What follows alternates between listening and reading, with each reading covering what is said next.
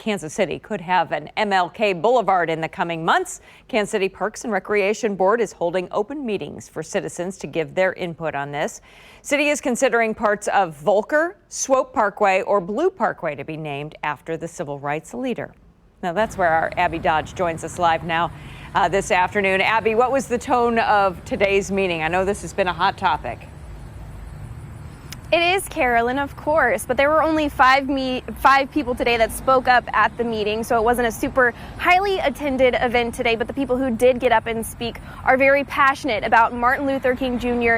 and renaming streets just like this one, but not necessarily those two things together. Like you said, there is some history here, though, that we should go through. So here's a quick timeline. Back in 2018, when Mayor Sly James was still in office, he started the MLK Advisory Group.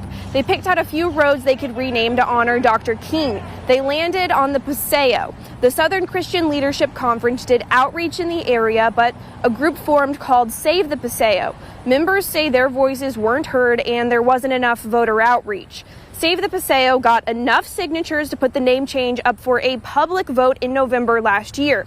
The MLK signs Parks and Rec workers put up just a few weeks before came right back down. We talked to a board member who's been involved in the renaming process. He says this time they're making sure the community is the focus of the conversation. I think it's all about intentionality and process. Being more mindful of the process, making sure that there's an inclusive voice of the community.